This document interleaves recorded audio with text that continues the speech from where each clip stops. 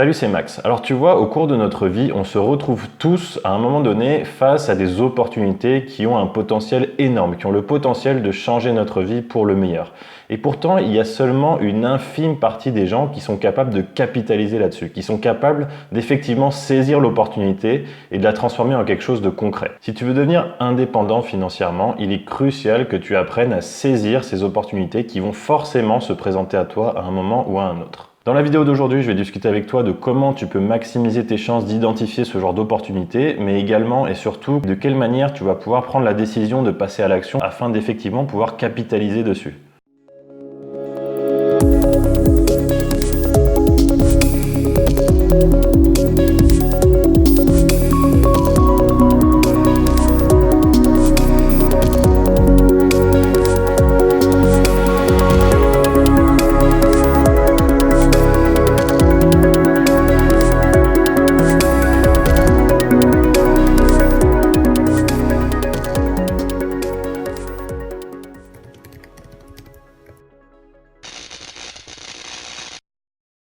Alors pour commencer, bien évidemment, ce qui va te permettre d'identifier le plus d'opportunités possibles au cours de ta vie, au cours de ta carrière, ça va être ton niveau de compréhension de l'environnement dans lequel tu évolues. Okay ? Donc au sens large, ça va commencer par ton niveau de compréhension du monde, au niveau géopolitique, au niveau historique, au niveau culturel, d'accord ? Tu comprends bien que si demain je t'envoie dans un pays dont tu ne connais absolument pas l'histoire et la culture, ça va être peut-être un petit peu plus difficile pour toi de déceler des bonnes opportunités de business parce que tu comprendras pas forcément comment les gens réfléchissent, tu comprendras pas forcément, même si tu as une bonne idée, comment l'amener sur le marché, comment la présenter à des gens desquels tu ne comprends absolument pas la culture. Eh bien, c'est exactement pareil dans le cas général, d'accord ? Quelle que soit l'industrie dans laquelle tu as envie d'évoluer, quelles que soient les choses qui t'intéressent, quels que soient les problèmes que tu as envie de résoudre pour les gens, si tu veux déceler ces opportunités lorsqu'elles se présenteront, il va falloir que tu apprennes à comprendre vraiment le milieu dans lequel tu veux évoluer, d'accord ? Donc, je vais te donner quelques exemples. Tu vois, par exemple, en 2007, donc je crois que c'était en 2007, quand Apple ont sorti le premier iPhone, d'accord ? Si tu étais quelqu'un à ce moment-là qui avait compris la révolution Internet, si tu avais compris la révolution de l'informatique, d'accord ? Si tu avais compris dans les années 90 qu'est-ce qui s'était passé avec la bulle de l'Internet, etc., avec vraiment cette révolution de la communication, et si tu comprenais en fait le nouveau monde dans lequel cette révolution nous avait amené, ça aurait pas été très difficile pour toi lorsque tu as vu Apple sortir l'iPhone de comprendre que en effet ils allaient apporter une valeur extraordinaire, qu'en effet ils allaient révolutionner la manière dont on vit notre vie. Et si tu avais compris ça à ce moment-là, potentiellement, si tu avais su comment ensuite agir à partir de cette opportunité que tu avais identifiée, tu aurais potentiellement pu gagner des fortunes tout simplement en spéculant sur les cours de l'action Apple. Ça aurait été une solution, mais tu aurais eu aussi plein d'autres manières de le faire, d'accord ? Tu aurais peut-être pu vendre des coques de smartphone, tu aurais pu acheter un fabricant de composants de smartphone, tu vois, ce genre de choses. Il y avait plein de choses à faire. Tu aurais pu créer des applications mobiles. Il y aurait énormément de choses à faire. Simplement, à cette époque-là, tu vois, par exemple, moi, en 2007, j'avais quel âge ? Je devais avoir, tu vois, j'avais même pas 20 ans encore. En 2007, je comprenais pas tout ça. J'ai vu l'iPhone sortir, j'ai trouvé ça étrange pour tout te dire, je comprenais pas bien qu'est-ce que ça allait devenir et je n'ai pas vu l'opportunité. Pourquoi j'ai pas vu l'opportunité ? Parce que je comprenais pas ce contexte dans lequel cette opportunité elle arrivait. Et donc comme je comprenais pas le contexte, j'étais un petit peu comme tout le monde, c'est-à-dire que je voyais ce truc et j'étais un petit peu, je sentais qu'il se passait quelque chose, mais je savais pas l'expliquer et il m'a fallu attendre, tu vois, peut-être encore 5 ans, 10 ans avant de vraiment saisir ce qui s'était passé. Et donc, ce que j'essaie de te dire par là, c'est que si tu veux être capable de saisir les opportunités, la première étape, c'est qu'il faut que tu sois capable de les comprendre. Et pour pouvoir les comprendre, il va falloir que tu augmentes fondamentalement ton niveau de compréhension du monde en général et en particulier des industries dans lesquelles tu as envie de pouvoir saisir des opportunités. Je vais donner un deuxième exemple rapidement. En 2008, lorsque Bitcoin a été inventé, il y avait quasiment personne qui comprenait réellement l'opportunité. Au début, les gens, si tu veux, ils ont compris que c'était une monnaie digitale, d'accord ? Ce qu'ils n'ont pas compris, c'est pourquoi cette monnaie digitale était fondamentalement différente, d'accord, des monnaies classiques fiduciaires qu'on avait déjà à l'époque et qu'on a toujours aujourd'hui.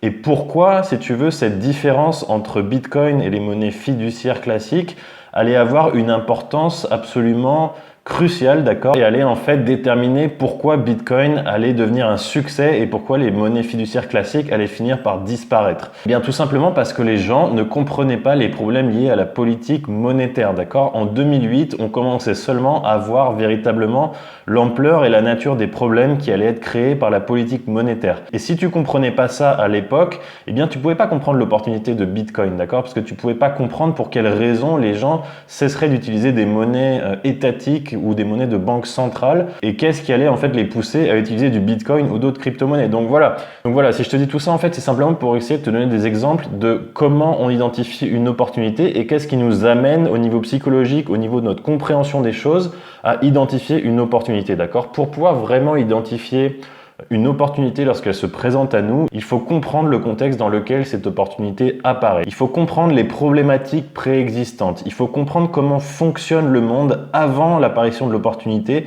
et comment est-ce qu'il pourrait fonctionner après. Et il faut voir, si tu veux, si la différence entre avant et après, elle est suffisamment importante, d'accord? Si les bénéfices de l'opportunité, ils vont être suffisamment importants pour que ça soit réellement une opportunité, d'accord? Une opportunité, c'est pas simplement quelque chose qui améliore un petit peu la situation, d'accord? Des choses qui améliorent un petit peu la situation, il y en a plein et il y en a plein qu'on n'utilise pas. Pourquoi? Parce qu'il y a un coût, en fait, à changer notre approche des choses, ok? Il y a un coût à utiliser une solution qui va être différente de ce qu'on utilise déjà.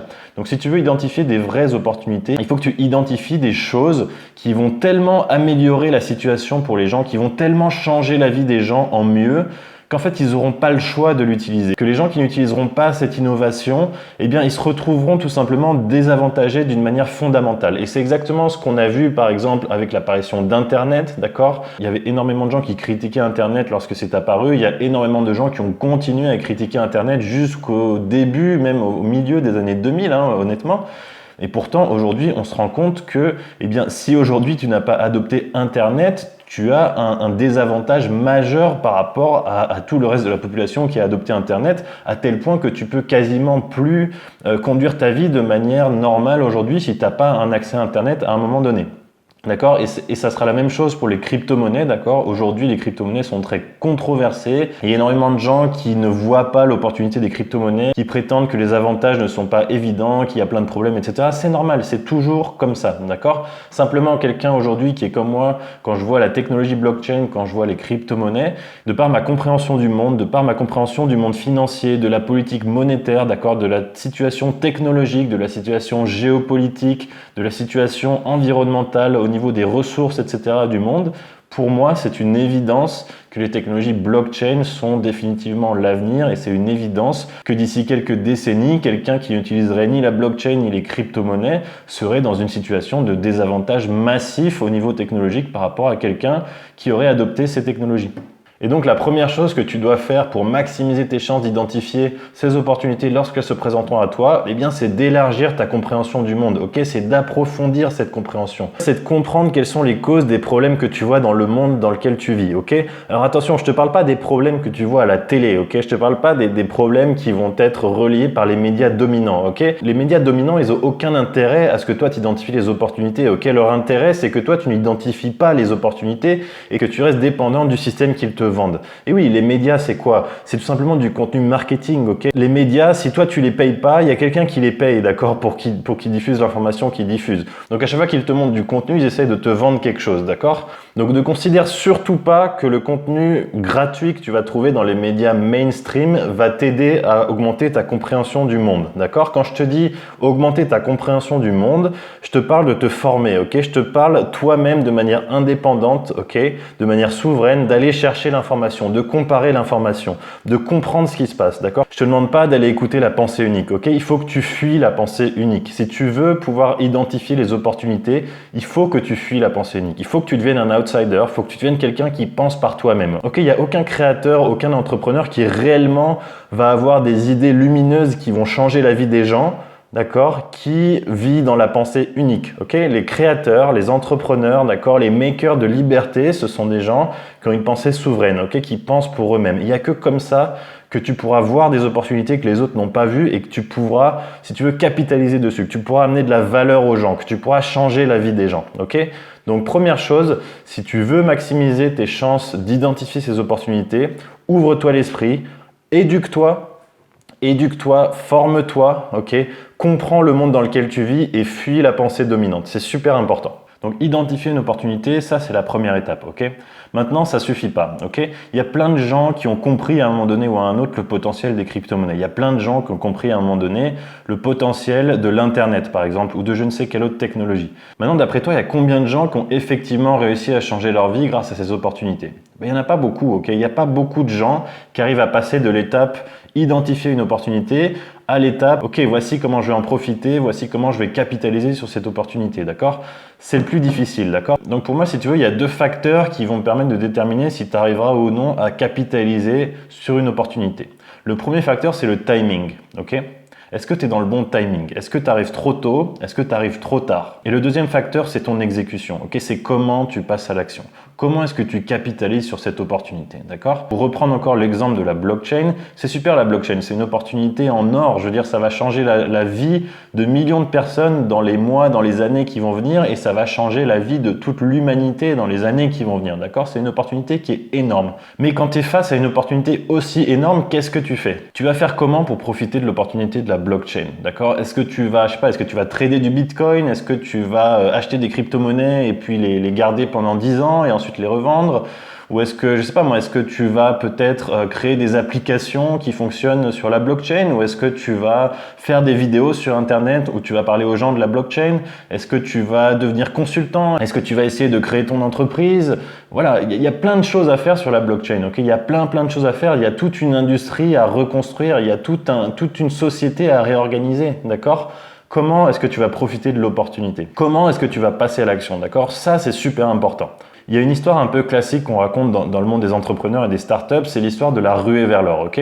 Au 19e siècle, aux États-Unis, je crois que c'était en Californie, il y a eu une énorme ruée vers l'or, d'accord? Et ce qui est super intéressant à regarder, en fait, si tu regardes un peu l'histoire de ce qui s'est passé, c'est que les gens qui ont fait le plus d'argent, les gens qui sont devenus les plus riches, les gens qui ont véritablement réussi à changer leur vie pour le meilleur grâce à cette ruée vers l'or, et bien en général, c'est pas les mecs qui allaient avec une pioche et une pelle pour creuser dans les canyons pour trouver de l'or, d'accord? C'est pas ces mecs-là, d'accord? Ces mecs-là, si tu veux, sur 100, sur 1000, t'en avais peut-être un ou un demi, tu vois, qui allait trouver une grosse pépite et qui allait vraiment devenir riche, tu vois. Tous les autres, ils allaient passer leur vie à galérer. Les autres, ils ont passé leur vie à tamiser de la poussière et à récupérer des micro-pépites d'or et ils arrivaient à peine à se payer de quoi bouffer pour le mois suivant, d'accord? Et donc, il y en avait seulement une infime partie qui ont vraiment fait fortune en cherchant de l'or. Par contre, à cette époque-là, pendant la ruée vers l'or, il y avait un business qui marchait super bien. C'était le business des vendeurs de pelles, ok? Il y a plein de mecs qui sont pointés à San Francisco, d'accord? Ça se passe à peu près dans ce coin-là, et qui se sont dit, bah, tu sais quoi, plutôt que d'aller me casser le dos, là, aller creuser dans les canyons à chercher de l'or, moi, ce que je vais faire, je vais simplement vendre des pelles, d'accord? Il y a des mecs, d'accord? Et il y en a pas mal, d'accord, qui ont monté des business extraordinaires comme ça et qui sont devenus bien plus riches si tu veux, que les mecs qui allaient miner de l'or. Donc pourquoi je te dis ça? C'est simplement parce que ça, c'est un truc qu'il faut toujours garder en tête quand tu vois une opportunité, d'accord? Plutôt que d'aller chercher de l'or toi-même, eh bien peut-être qu'il vaudrait mieux que tu vendes des pelles. Et ça, c'est un concept qui est vraiment super important, ok? Dans le monde des crypto-monnaies, c'est un petit peu pareil, d'accord? T'as les mecs qui vont essayer d'aller acheter du Bitcoin et de le garder, tu vois. T'as les mecs qui vont vouloir trader des cryptos, t'as les mecs qui vont vouloir créer de nouvelles crypto-monnaies, tu vois, investir dans la technologie, créer des startups, créer des applications, des exchanges, etc. Voilà, tous ces mecs-là, c'est un petit peu les chercheurs d'or, si tu veux, d'accord? Et puis t'as les mecs qui vont peut-être, tu vois, expliquer aux entreprises comment passer aux crypto-monnaies. Tu vois, tu as peut-être les mecs qui vont expliquer aux gens comment on utilise des crypto-monnaies. Et ben, ces mecs-là, ce seraient plutôt les mecs qui vendent des pelles, d'accord? Donc, tu vois, bon, c'est vraiment des exemples à la con, mes exemples, mais c'est juste pour te montrer, en fait, que quand tu as des opportunités comme ça, extraordinaires, il y a toujours plusieurs manières d'en profiter. Et il va falloir que toi, tu trouves la manière qui te correspond le mieux. Tu vois, moi, par exemple, eh bien, je vais pas aller trader des crypto-monnaies, ok? Moi, je suis pas un trader. J'ai pas la mentalité d'un trader et donc c'est pas ça qu'il va falloir que je fasse. Moi j'ai un mindset de créateur, tu comprends? Donc moi pour profiter de l'opportunité de la blockchain, je vais développer des applications, je vais créer des entreprises, je crée du contenu pour toi aujourd'hui sur YouTube. Voilà, c'est ça que je fais, c'est ma manière de profiter, tu vois. Et peut-être que si j'avais été quelqu'un d'autre, eh bien je l'aurais fait autrement, tu comprends? Donc voilà, ça dépend vraiment de toi et mon message sur la manière de passer à l'action sur ces opportunités, c'est vraiment qu'est-ce que tu aimes faire, ok? C'est quoi toi ton truc? Il y aura toujours différents moyens de passer à l'action. Est-ce que tu es un mec qui préfère vendre vendre des pelles ou est-ce que tu es un mec qui préfère aller se casser le dos dans un canyon à chercher de l'or? Et tu vois, c'est ok, je veux dire, il n'y en a pas un qui a raison ou un qui a tort, d'accord? Simplement, peut-être que le mec qui vend des pelles, il ne deviendra pas aussi riche que le mec qui va trouver la plus grosse pépite d'or du canyon, tu vois, mais peut-être qu'il va plus jouer la sécurité et peut-être qu'il n'aura pas la même vie non plus. Donc voilà, c'est vraiment à toi de faire ce choix-là, c'est vraiment à toi de décider quelle approche tu souhaiteras adopter lorsque tu te retrouveras face à une opportunité comme celle-là. Ok, donc pour capitaliser sur les opportunités, qu'est-ce qu'il faut que tu fasses? Premièrement, il faut que tu te formes, il faut que tu comprennes le monde dans lequel tu vis, l'industrie dans laquelle tu veux travailler, si tu veux arriver à les identifier, d'accord? C'est cette compréhension qui va te permettre de voir les opportunités avant les autres, ok? Deuxièmement, il faut que tu décides quand tu vois une opportunité comme ça, comment est-ce que tu veux agir, comment est-ce que tu veux t'y prendre pour capitaliser dessus, ok? Est-ce que tu veux être un chercheur d'or ou est-ce que tu veux être un mec qui vend des pelles? Ça aussi, c'est super important. Il faut que tu trouves ton propre style, il faut que tu trouves ta propre manière de capitaliser sur ces opportunités. Et le troisième point, le plus important, le plus difficile à maîtriser à mon sens, c'est la question du timing, d'accord? À quel moment est-ce que tu vas rentrer sur un marché? À quel moment est-ce que tu vas prendre action par rapport à une opportunité? Comment savoir si tu es en retard? Comment savoir si tu es en avance? Comment savoir exactement quel est le bon moment pour rentrer, pour prendre action, ok? Tu veux pas rentrer trop tôt parce que sinon tu vas dépenser tous tes sous avant d'avoir pu tirer des profits de ton opportunité. Tu vas perdre ton temps, tu vas te désespérer, tu vas probablement finir par abandonner, d'accord? Mais tu veux pas non plus rentrer trop tard parce que si tu rentres trop tard, tu pourras simplement pas vraiment en profiter, d'accord? Les gens qui auront vraiment profité de l'opportunité, ils seront rentrés avant toi. J'espère que cette vidéo t'aura plu. Laisse-moi un like, laisse-moi un commentaire, abonne-toi à la chaîne et partage cette vidéo avec tes amis. C'était Max Polizzo, je te dis à très bientôt.